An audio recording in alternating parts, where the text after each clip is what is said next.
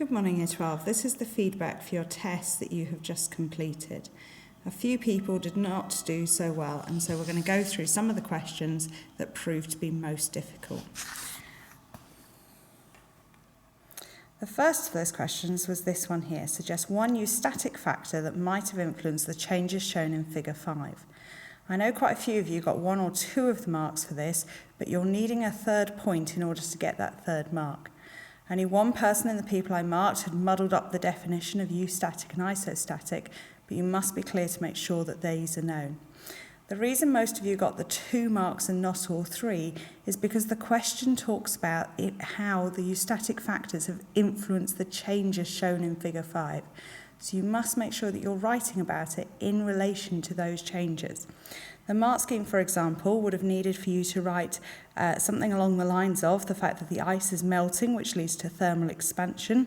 This alters the amount of water in the sea or causes the water molecules to vibrate more, and that means that the seawater inundates the shoreline. It's that inundation of the shoreline which is the mark that most of you did not get. Therefore, you weren't saying how these factors were influencing the changes that were shown in the figure. The alternative that you could have written about was the idea that sea level rises control the actual position of the shoreline, therefore the erosion of the coast occurs further inland and beach material is then deposited further inland. Nobody actually picked up on that point. Most of you did do the ice melting, which is perfectly acceptable. The second question then that we're going to go through is this one here. This was question 5B on the exam paper. Examine 2 local factors that increase the flood risk for low-lying islands. Again, we needed to understand this idea of increase not causing the flooding, which is the first important part of the question. The second part of the question then asks you to be specific in relation to the low-lying islands. The question is not asking you to explain why flooding occurs. That's what most people answered on this question, and so as a result it was very poorly done.